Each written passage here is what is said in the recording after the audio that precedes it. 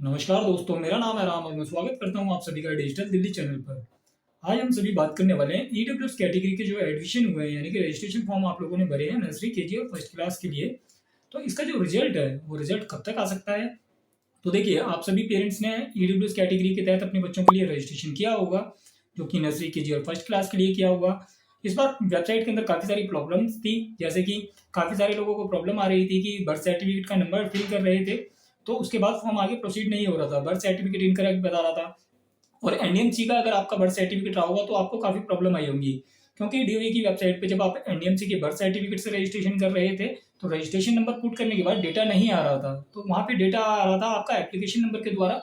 तो ये सारी चीज़ें थी और भी काफ़ी तरीके की प्रॉब्लम आई, जैसे कि आपके पास एससी एसटी ओबीसी सर्टिफिकेट था तो ठीक था, पर जैसे कि ओबीसी सर्टिफिकेट के साथ अगर आपका ओबीसी सर्टिफिकेट पुराना बना हुआ था तो उसके बाद आपसे एनसीएल सर्टिफिकेट की डिमांड की जा रही थी, यानी कि आपका नॉन क्रीमी लेयर सर्टिफिकेट बना होना चाहिए था, जिसके तहत आपने फॉर्म भर सकते थे। तो देखिए, फॉर्म तो अभी सारे भर गए हैं, करीब 1,78,000 80,000 के करीब फॉर्म, मान लीजिए 1,80,000 करीब फॉर्म भरे गए हैं इस बार।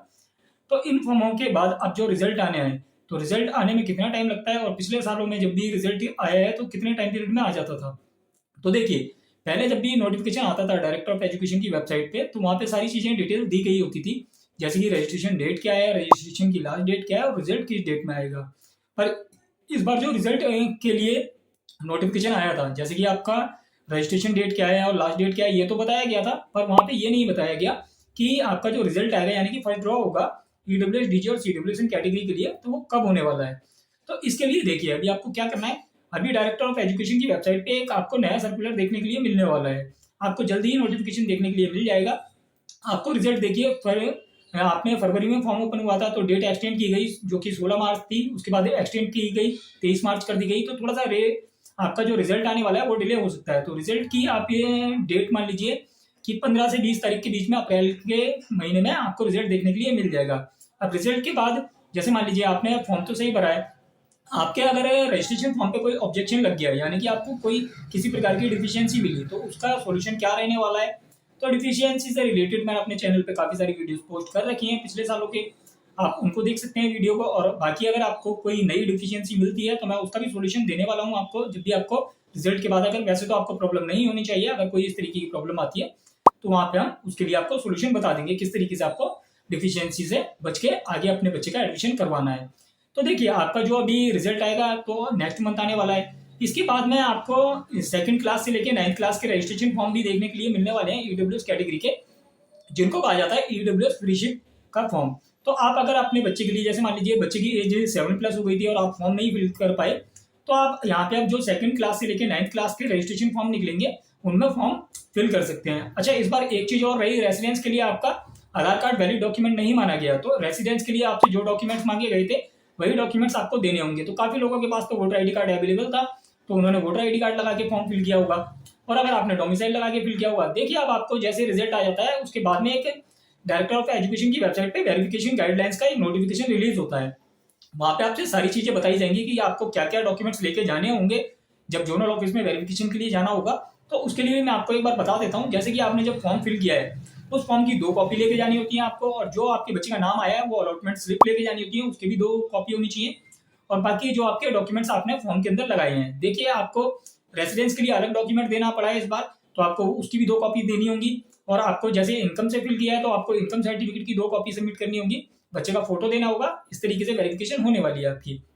और अगर आपने कास्ट सर्टिफिकेट लगा के फॉर्म फिल किया है तो कास्ट सर्टिफिकेट के लिए भी आपको सेम प्रोसेस करना है, 2 कॉपी आपको सबमिट करनी है। और देखिए, इस बार वेबसाइट में काफी सारी प्रॉब्लम होने की वजह से काफी लोग फॉर्म फिल नहीं कर पाए। एक केस मेरे पास ऑलरेडी है, जैसे कि मेरे एक फ्रेंड का ही है, उसके बर्थ सर्टिफिकेट में एक नाम के अंदर एक माइनर सी मिस्टेक थी, जो कि SH आ रहा था, वहां पे H हटाना था, तो उन्होंने वो अपना MCD से अपडेट भी करा लिया। और अब जब हम लास्ट डेट पे अप्लाई कर रहे थे तो जो डायरेक्टर ऑफ एजुकेशन की वेबसाइट है वहां पे डेटा जो उठा रहा था बर्थ सर्टिफिकेट से पुराना ही रिकॉर्ड उठा रहा था, ना कि अपडेटेड रिकॉर्ड उठा रहा था। तो देखिए, हमारे चैनल पे अभी सब्सक्राइबर बेस कम है, इस वजह से हमारी बात डायरेक्टली हम ऊपर तक नहीं पहुंचा पाते हैं। आपको हमारे चैनल को सब्सक्राइब करना चाहिए, ताकि अगर ऐसी कोई प्रॉब्लम्स आती हैं तो हम डायरेक्टली अपनी बात सारी कम्युनिटी मिलकर डायरेक्टर ऑफ एजुकेशन तक पहुंचा सके। तो आपको हमारे चैनल को सब्सक्राइब करना चाहिए इसी तरीके से। और जो भी ग्लिचेस होते हैं वेबसाइट के अंदर, किस तरीके से आपको फॉर्म प्रोसीड करना होता है, सारी डिटेल्स आपको मेरे चैनल पे देखने के लिए मिलती रहती हैं। साथ ही साथ आप हमारे चैनल पे सीख पाते हैं कि SC ST OBC सर्टिफिकेट किस तरीके से बनाएं, इनकम सर्टिफिकेट, डोमिसाइल सर्टिफिकेट किस तरीके से बनाएं, old age pension, widow pension, Delhi benefit scheme, handicap pension, labour card, e Shram card, driving licence, voter ID card, passport इत्यादि इन सर्विसेज के लिए आप हमारे चैनल पे वीडियोस देख सकते हैं कि इन सारी चीजों को आप घर बैठे ऑनलाइन किस तरीके से बनवा सकते हैं।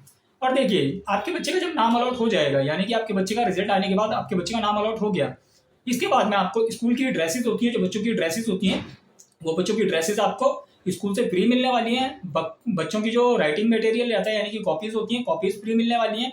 और जो बुक्स होती हैं, बुक्स आपको फ्री मिलने वाली हैं, जो कि पहले भी नोटिफिकेशन के अंदर आता रहा है कि यूनिफॉर्म, राइटिंग मटेरियल और बुक्स स्कूल को फ्री देनी होंगी। अगर काफी सारे स्कूल देखिए ऐसा करते हैं कि रिजल्ट के बाद में आपसे पैसे की डिमांड करते हैं, तो आपको वहाँ पे पैसे नहीं देने हैं स्कूल को, क्योंकि क्या है, गवर्नमेंट के द्वारा ऑलरेडी यहाँ पे पैसा दिया जाता है पर स्टूडेंट के लिए। तो आपको यहाँ पे अपने अधिकारों का पता होना चाहिए। आप यहाँ पे जोनल ऑफिस के अंदर स्कूल की कंप्लेंट कर सकते हैं अगर आपसे स्कूल पैसे की डिमांड करता है आपके बच्चे का नाम अलॉट होने के बाद बुक्स और ड्रेस किताब देने के लिए, तो यहाँ पे आपको कंप्लेंट करनी चाहिए।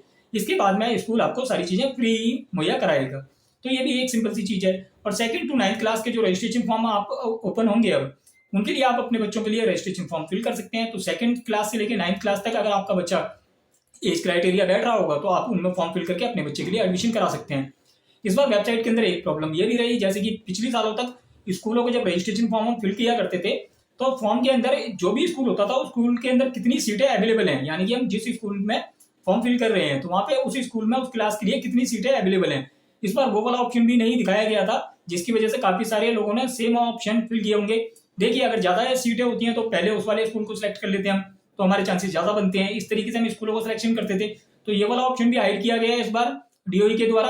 और एक बाउंडेशन और रखी गई। बाउंडेशन ये थी, जैसे कि हम जब रजिस्ट्रेशन फॉर्म 0 से 3 किलोमीटर वाला रेडियस जब डिस्टेंस होता है उसके अंदर स्कूल सिलेक्शन करते हैं, तो वहां पे हमारे को सिर्फ 10 स्कूलों का ऑप्शन सिलेक्ट करने के लिए दिया गया है, यानी कि हम 10 स्कूलों से ज्यादा सिलेक्ट नहीं कर सकते थे। अब देखिए, जिस लोकेलिटी में मैं रहता हूँ वहां से करीब 30-40 स्कूल आ जाते हैं हमारे एरिया में। तो हमारे यहाँ पे 0 से 3 किलोमीटर के अंदर ही करीब 20-25 स्कूल आते हैं। पर अगर हमारे को यहाँ पे 0 से 3 किलोमीटर का दायरा दिया जा रहा है और उसके अंदर हमारे से लिमिट लगा दी जा रही है कि सिर्फ आप 10 ही स्कूल ही फिल कर सकते हैं, तो फिर यहाँ पे वो बाकी स्कूल नहीं आने चाहिए। इस तरीके से ये भी एक चीज गलत की गई। अगर आप ड्रॉ ही दे रहे हैं तो यहाँ पे आपको सारे स्कूलों में हमारे को फॉर्म फिल करने का ऑप्शन देना चाहिए था।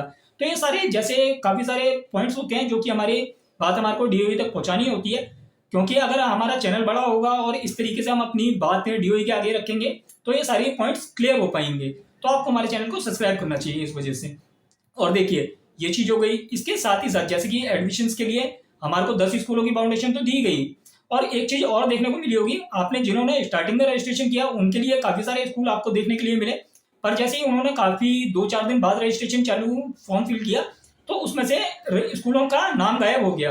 तो ये भी एक वेबसाइट का ग्लिच था। जैसे कि मान लीजिए KG के अंदर काफी कम स्कूल आ रहे थे, तो हम अगर पटपड़गंज डिवीजन से अगर फॉर्म फिल कर रहे थे, मतलब पटपड़गंज विधानसभा से फॉर्म फिल कर रहे थे, तो पहले करीब नर्सरी के लिए 20 स्कूल सिलेक्ट किए गए। मैंने अपने एक फ्रेंड का फॉर्म फिल किया था जिसके अंदर 20 स्कूल आए। उसके बाद में जितने भी KG के लिए रजिस्ट्रेशन फॉर्म आ रहे थे तो उनमें 1-2 ही स्कूल शो कर रहा था। तो ये भी एक वेबसाइट की प्रॉब्लम थी। ये जो भी डेटा उठा पा रही थी, पैच नहीं हो रहा था डेटा, तो ये एक बड़ी प्रॉब्लम थी। इसकी वजह से काफी लोगों को प्रॉब्लम हुई। और देखिए, रजिस्ट्रेशन फॉर्म काफी सारे फिल होते थे। इस बार 1,80,000 करीब फॉर्म फिल हो पाए हैं, इससे ज्यादा फॉर्म नहीं फिल कर पाए पेरेंट्स। काफी सारे लोगों को डॉक्यूमेंट की वजह से प्रॉब्लम आई।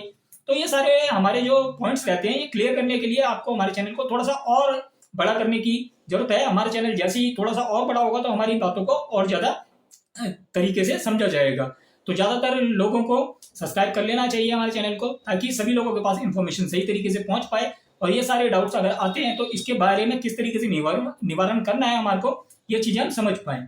तो आशा करता हूँ दी गई जानकारी आपको अच्छी लगी हो। जानकारी अच्छी लगी वीडियो लाइक करें, चैनल सब्सक्राइब करें, दोस्तों के साथ शेयर करें। धन्यवाद।